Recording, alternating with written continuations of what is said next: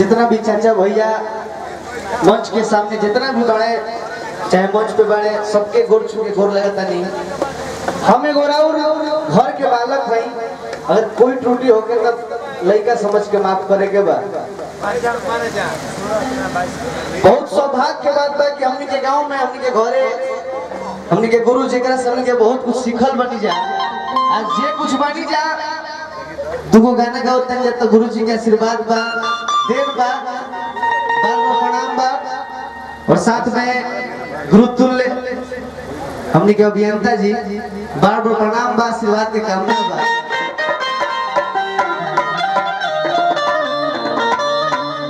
खाना हो जाए आरती जी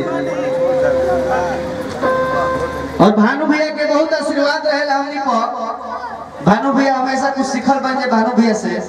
भोजपुरी में के नहीं जानत भानु भैया के भैया लेवल उठा दे बेटा।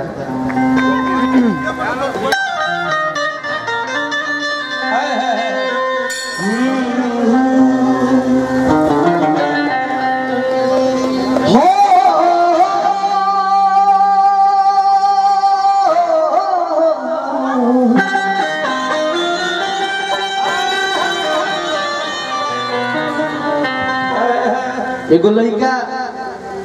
यहाँ जो से वो हमने के तो हीरोइन कहले जा रहे हीरोइन के देखत तक कहता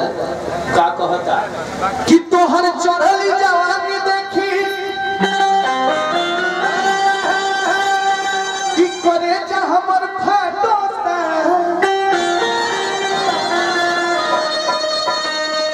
कि हटा न सके दिलहना तुझे कैसे हटता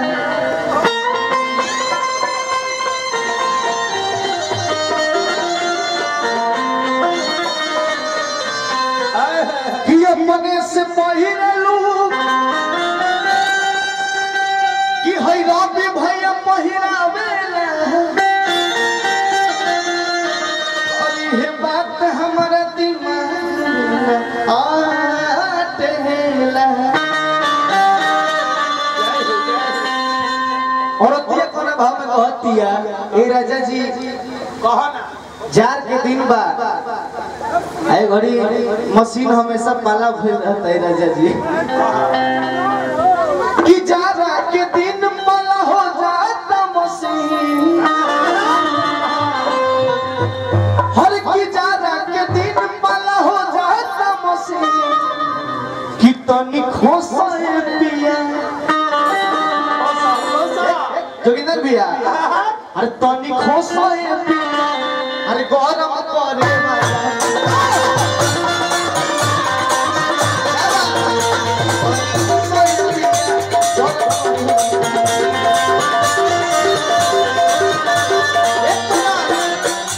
एकदम मिजाज बना के आवे के बाद थोड़ी सा कमर हिला के कोना भाव में होई भैया चालक के दिन मना हो जाता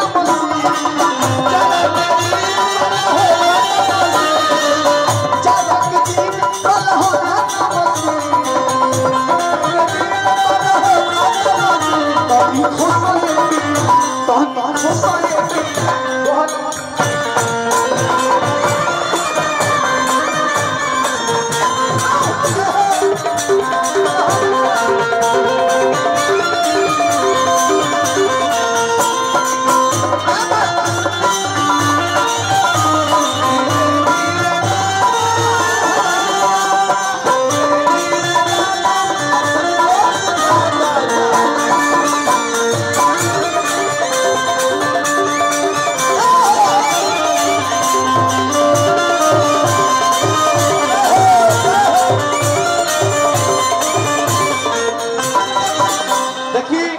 भानु भैया की तरफ से हजारों हजार का पुरस्कार हमने के चाचा जी की तरफ से हजारों हजार का पुरस्कार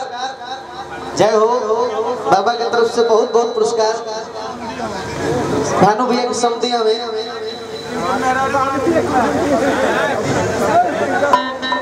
बहुत बहुत पुरस्कार भानु भैया के हमने के हमेशा आशीर्वाद बनल रहेला और बहुत सपोर्ट करले भानु भैया हमने के आज कुछ गावत हैं जा भानु भैया के बहुत सिखल हो जे सुन के आरती जी एगो बात के देख के याद पड़ल है ये अपना